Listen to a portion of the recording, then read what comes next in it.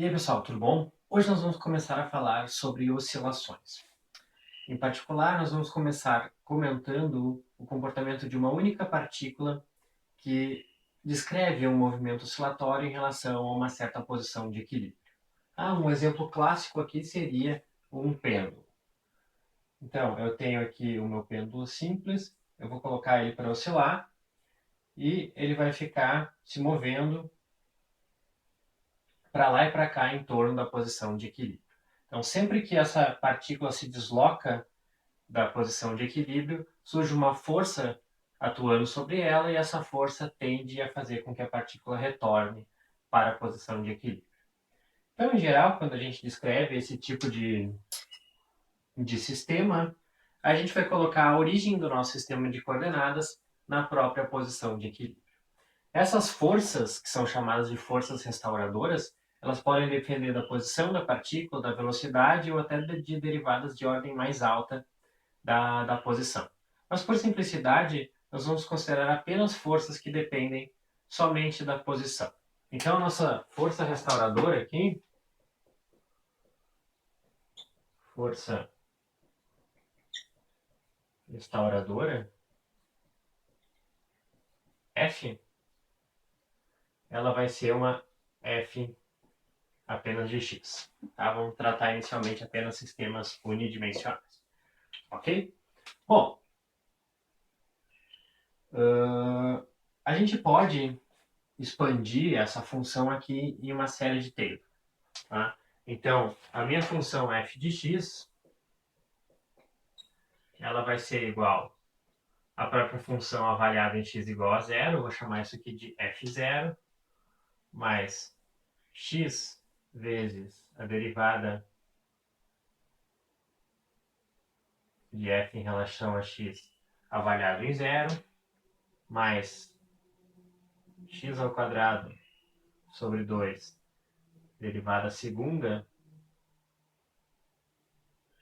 de f em relação a x, mais termos de ordem mais alta.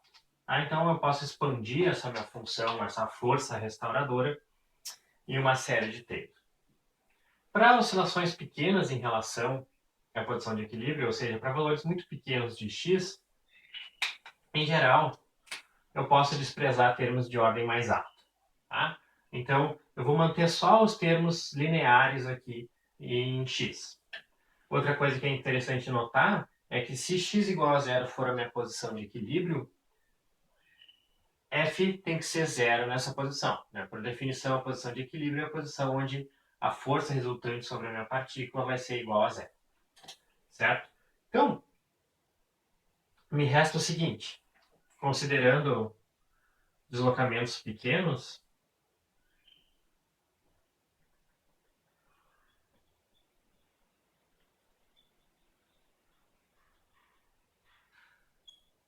eu vou ter que a força restauradora que atua sobre a minha partícula, Fx, ela vai ser aproximadamente x vezes a derivada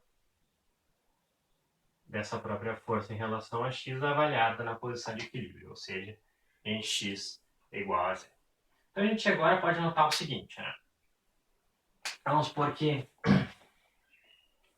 aqui está o meu eixo x, tá?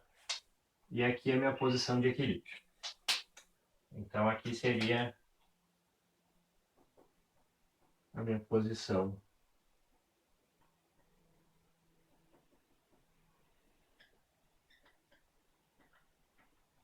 de equilíbrio. Exatamente nessa posição aqui, a força tem que ser igual a zero. Agora, se a minha partícula se desloca para x positivo, precisa surgir sobre ela uma força que tente trazê-la de volta. Né? Uma força que vai tentar restaurar a posição original. Então,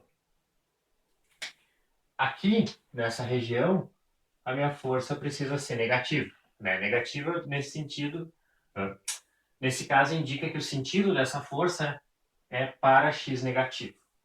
E se a minha partícula se desloca para valores de x negativos, essa minha força ela tem que ser positiva, né? Pelo mesmo sentido, pelo mesmo motivo. Ela vai tentar restaurar a posição original da minha força. Então, a minha função f de x tem que ter uma cara parecida com isso aqui.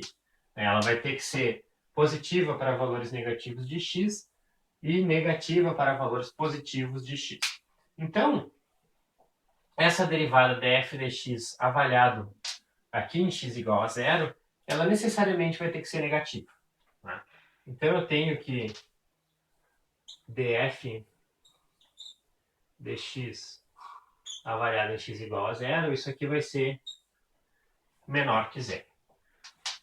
Obviamente, essa derivada aqui vai ser uma constante, então eu posso escrever o seguinte, que a minha força F de x, ela vai ser igual a menos uma constante que eu vou chamar K, vezes x, né, nessa aproximação para pequenos deslocamentos em relação à posição de equilíbrio, e o meu K vai ser igual a menos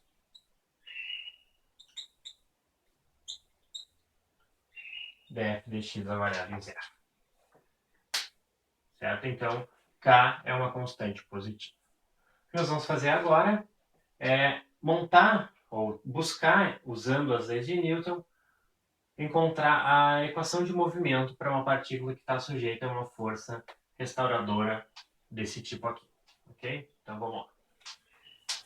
O que nós vamos fazer agora é estudar o comportamento de um sistema unidimensional composto por uma única partícula sujeita a uma força restauradora do tipo F igual a menos Kx, sendo x, então, a posição da minha partícula em relação à posição de equilíbrio. Certo? Esse tipo de sistema é chamado de oscilador harmônico simples. Então vamos lá. Vamos começar usando a segunda lei de Newton para encontrar uma equação diferencial que vai me permitir definir quem é x em função de t, né, que é o meu objetivo final. Então, a força que atua sobre uma partícula deve ser igual à massa da minha partícula vezes a sua aceleração. Então, eu posso escrever que mx dois pontos é igual a menos kx. Tá? Reordenando esses termos, eu vou dividir tudo por m aqui e passar esse termo para o lado de cá. Eu vou ter que x dois pontos mais k sobre m vezes x é igual a zero. Agora eu vou definir ômega zero ao quadrado como sendo igual a k sobre m. Definindo essa quantidade aqui, essa constante aqui, eu vou chegar na seguinte equação de movimento. X dois pontos mais ômega zero ao quadrado x igual a zero. Então essa aqui é a equação diferencial que eu tenho para um oscilador harmônico simples. E essa equação aqui que a gente vai precisar resolver para determinar quem é o meu x em função de t. Tá? Esse é o meu objetivo aqui. Então, para resolver essa equação, eu vou anotar o seguinte, que x dois pontos, isso aqui é igual à derivada segunda da posição x em relação ao tempo. Tá? Mas eu posso escrever isso aqui como uma derivada temporal de x ponto, que é a minha velocidade. Então, isso aqui é igual a dv dt, certo? Eu posso reescrever essa expressão aqui como dv dx dx dt. E notar que dx dt é igual à própria velocidade. Então eu vou reescrever minha aceleração, x dois pontos, como sendo igual à velocidade da minha partícula vezes a derivada da velocidade em relação à posição. Tá? E vou inserir isso aqui lá na minha equação. Aí eu vou ter v dv dx mais ômega zero ao quadrado x é igual a zero. O que eu vou fazer agora é deixar todos os termos que dependem da velocidade de um lado da equação e os termos que dependem da posição do outro lado. Então eu vou escrever isso aqui como v vezes dv vai ser igual a menos ômega zero ao quadrado x vezes dx. Tá? E eu vou integrar os dois lados dessa equação. Daí eu vou ter o seguinte, integral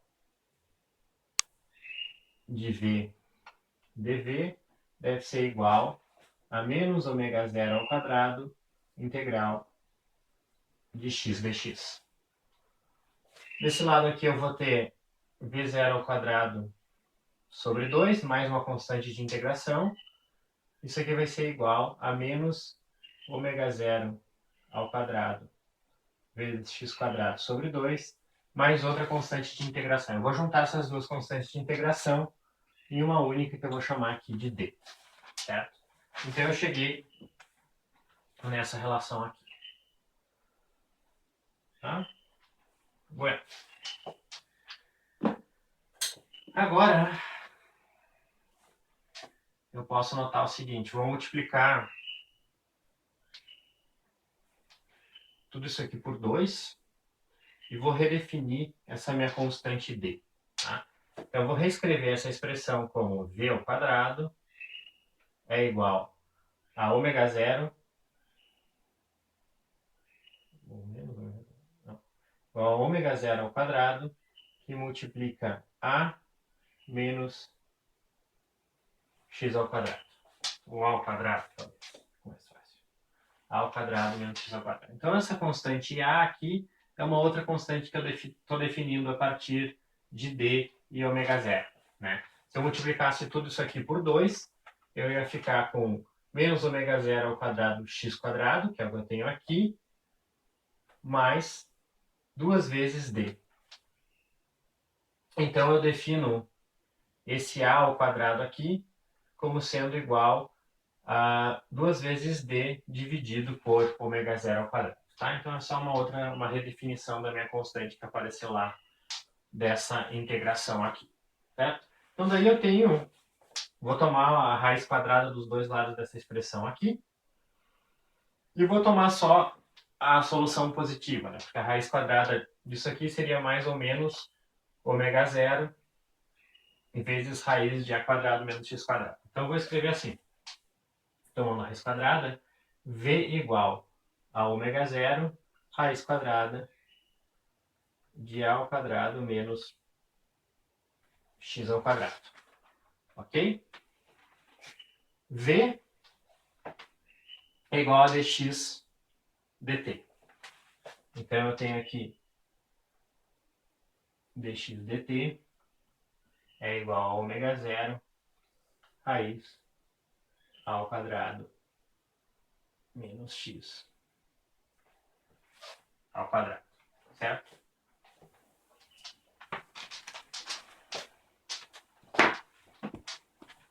Seguindo, vou reescrever essa expressão aqui da seguinte forma. Dx sobre raiz de a ao quadrado menos x ao quadrado é igual a ômega zero dt. E de novo eu vou integrar ambos os lados dessa equação. Aí eu vou ter, por um lado, integral de dx sobre raiz de a ao quadrado menos x ao quadrado. E do outro eu vou ter ômega zero integral de dt. Essa integral aqui é fácil, né? Isso aqui vai dar simplesmente t vezes ômega zero mais uma constante. Então, isso vai dar ômega zero p mais uma certa constante. Vou chamar c', tá? Não, já vamos usar aqui. Chamei de φ'. Ok? E do outro lado eu tenho que resolver essa equação aqui. Tá? Para resolver essa equação aqui eu posso usar uma substituição trigonométrica. Então eu vou anotar o seguinte. Vamos considerar o seguinte triângulo retângulo.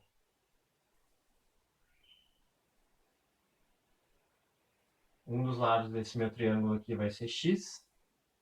Esse ângulo aqui vai ser um ângulo θ. Esse lado aqui vai ter comprimento A. E este outro lado aqui vai ter comprimento A vezes cosseno de θ. Certo? Então eu tenho que x vai ser igual a A vezes o seno de θ. Essa quantidade aqui eu posso reescrever da seguinte forma, né? Eu vou ter aqui que a ao quadrado é igual a x quadrado mais a quadrado cosseno ao quadrado de θ. Então, a ao quadrado menos x quadrado vai ser simplesmente igual a quadrado cosseno ao quadrado de θ. Tirando a raiz disso aqui, bom, vamos escrever isso aqui, né? Eu tenho que raiz tem que a ao quadrado menos x ao quadrado é igual a ao quadrado cosseno ao quadrado desse meu ângulo θ. Ok? A raiz disso aqui vai ser a vezes cosseno de θ. Como x é igual a seno de θ, eu tenho que dx vai ser igual a cosseno de θ dθ. Então, vou usar essas substituições aqui, essa aqui e essa aqui, para reescrever a integral. Então, a minha integral de dx sobre raiz de a quadrado menos x quadrado vai ser igual a uma integral de dx é a cosseno de θ dθ, a cosseno de θ dθ, e raiz de a quadrado menos x quadrado vai ser simplesmente a cosseno de θ. Isso aqui vai ser a cosseno de θ. Então eu recaio em uma integral em dθ, certo? Essa minha integral em dθ aqui vai ser simplesmente igual a θ mais uma constante que eu vou chamar b. Então eu tenho, por um lado, θ mais b, por outro, ω0t mais φ'. Mas o meu ângulo θ depende de x. Em particular, eu tenho que a vezes o seno de θ é igual a x. Então, ó, a seno de θ é igual a x. Passo esse a dividindo para cá, e aí eu tenho que θ é igual ao arco seno de x sobre a, certo? Juntando tudo isso aí, eu vou passar essa constante b lá para o outro lado da minha equação, juntar com esse φ' e vou chamar isso aí simplesmente de φ. Então eu vou ter arco seno de x sobre a vai ser igual a ω0t mais φ. Ok?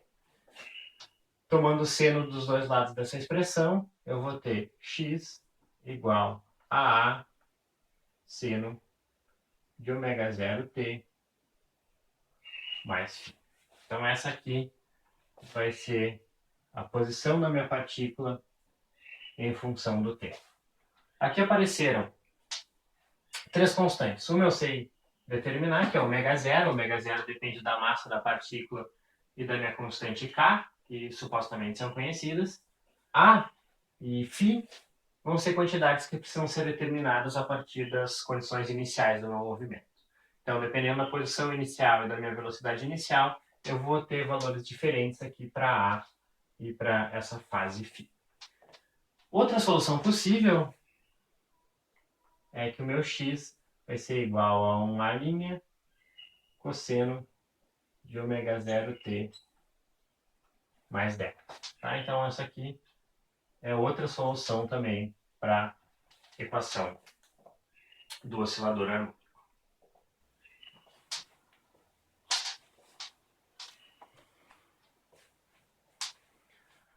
Agora, vamos ver como é que fica a energia desse meu oscilador. Certo? Nós acabamos de determinar que uma solução possível para a posição em função do tempo é essa aqui, né? x de t é igual a seno de ω0t mais φ. A energia cinética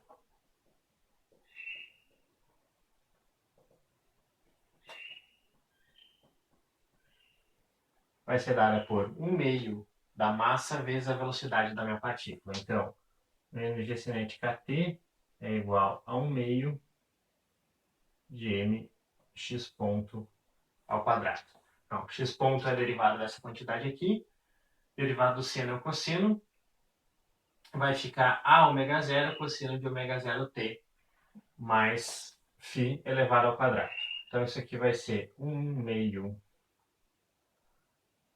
de m, ômega zero ao quadrado, a ao quadrado, cosseno ao quadrado de ômega zero t,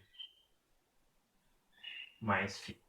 Essa aqui é a energia cinética da minha partícula. A energia potencial eu posso calcular através do trabalho exercido pela força restauradora. Então, vou escrever: o trabalho é igual a menos a energia potencial. Isso aqui, opa. Vamos colocar assim. O trabalho para levar minha partícula da origem até uma certa posição x vai ser integral de 0 até x de f de x', certo? Como a minha força é igual a menos kx, isso aqui vai ser menos integral, menos k, integral de 0 a x de x' de x'. Essa integral vai dar x' quadrado sobre 2, avaliado entre 0 e x. Isso aqui vai ser 1 meio, menos 1 meio de k x ao quadrado. E essa aqui, essa quantidade é igual a menos a energia potencial da minha partícula na posição x. Então daí eu tiro que U é igual a k x ao quadrado dividido por 2. Então essa aqui, minha energia potencial. Essa aqui é a energia cinética da minha partícula. Tá? Então eu posso substituir esse x quadrado aqui, a partir dessa expressão. Eu vou ter que U é igual a ao quadrado k sobre 2 vezes seno ao quadrado de ômega zero t mais φ. Lembrando que ômega zero ao quadrado é igual a k sobre m, eu tenho que essa energia cinética aqui pode ser escrita como, vou substituir isso aqui por k sobre m, vai ficar igual a ao quadrado k sobre 2, cosseno ao quadrado de ômega zero t mais φ.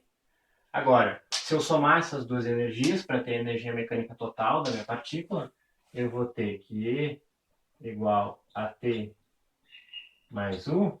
Isso aqui vai ser igual ao quadrado K sobre 2, que multiplica seno ao quadrado de ômega zero t mais φ, mais cosseno ao quadrado de ômega zero t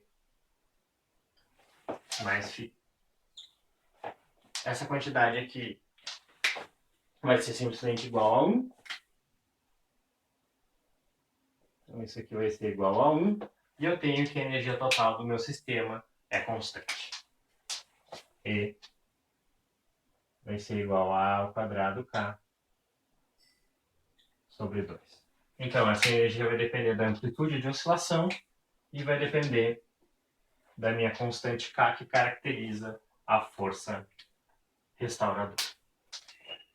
O período de oscilação do meu movimento, ele é o tempo entre duas repetições da posição da minha partícula e do sentido do seu movimento.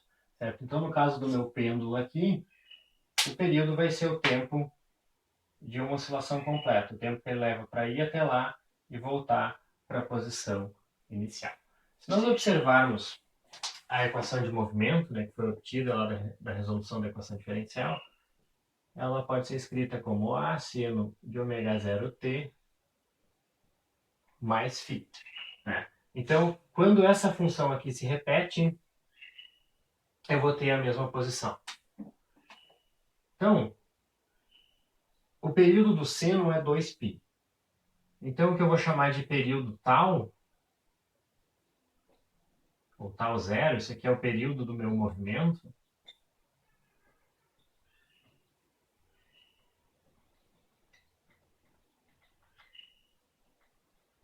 eu preciso que x de t seja igual a x de t mais tal. E além disso, x ponto de t seja igual a x ponto de t mais tal, tal zero. Certo?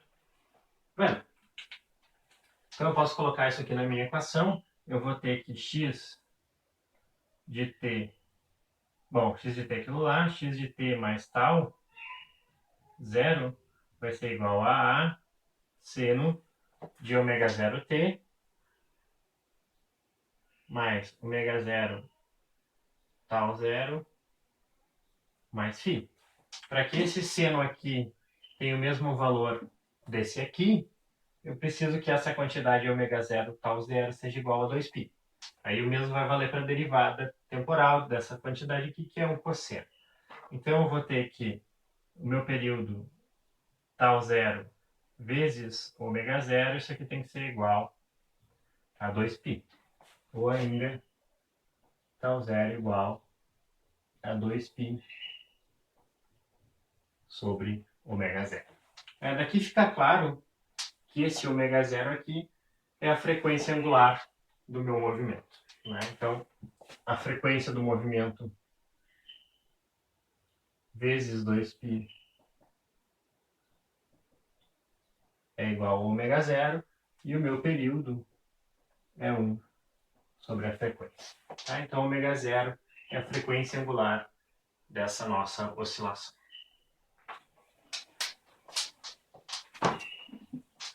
Agora, nós vamos dar uma olhada no caso em que a partícula tem liberdade para se mover tanto no eixo x quanto no eixo y. Então, eu tenho agora 2 graus de liberdade.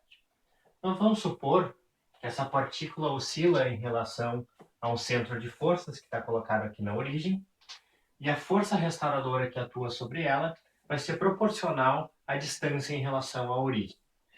A direção dessa força vai ser sempre em direção a esse ponto. Então eu posso escrever a minha força restauradora F como sendo igual a menos K, que é uma constante, vezes R, sendo R o vetor posição da minha partícula nesse sistema de coordenadas. Se eu decompor esse movimento ao longo dos dois eixos, x e y, eu vou ter o seguinte, né? Que a força Fx ela vai ser igual a F vezes o cosseno de θ. Então, isso aqui vai ser igual a F cosseno de θ. E nesse caso, F cosseno de θ vai simplesmente ser igual a menos Kx.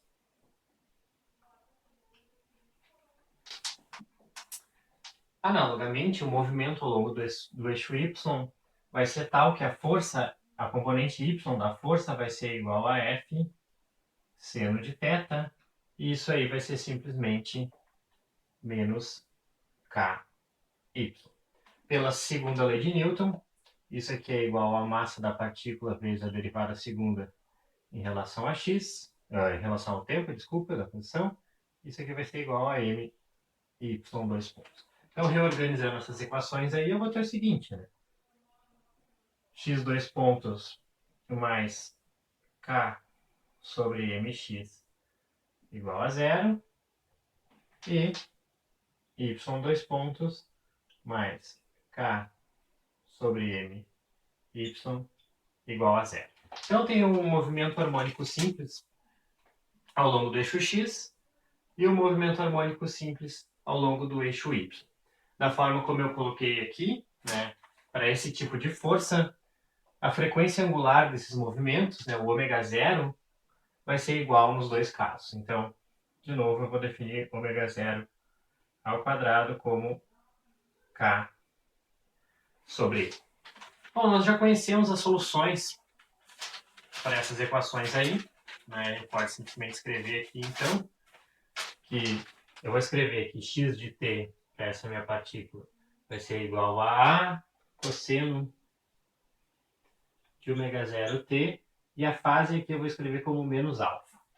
E y de t vai ser igual a b cosseno mesmo. B cosseno de ômega 0t menos beta. Então essas aqui são duas soluções possíveis aí para o movimento dessa minha partícula em duas dimensões. Poderia usar o seno também. Agora, a gente pode notar o seguinte. Eu vou tentar eliminar o tempo entre essas duas equações aqui e escrever a posição x em função de y ou a posição y em função de x. Tá? Então eu posso fazer o seguinte. Vou apagar um pedacinho aqui. Né? Eu posso escrever o meu y de t como sendo igual a b, que multiplica o cosseno de ômega 0t menos alfa mais alfa menos beta. Tá? Então, simplesmente reescrevi essa expressão aqui, mas coloquei dentro do argumento mais alfa menos alfa. Tá? Por que eu fiz isso? Porque agora eu quero usar a expressão para o cosseno de A mais B para reescrever esse y em função de t. Aí eu vou ter o seguinte, que y em função de t, eu posso escrever como B cosseno de ômega 0t menos alfa vezes cosseno de alfa menos beta menos B seno de ômega 0t menos alfa vezes seno de alfa menos beta. Certo? Mas, agora, vou fazer o seguinte. Esse aqui é o meu y de t.